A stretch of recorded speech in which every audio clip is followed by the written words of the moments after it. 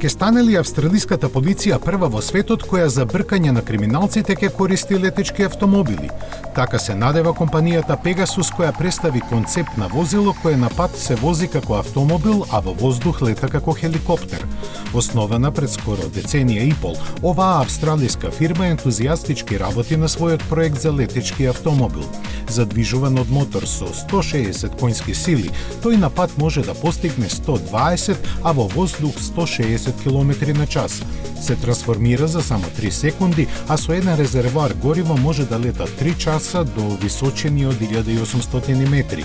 Недостаток му е малата носивост од само 100 кг, а цената не е позната.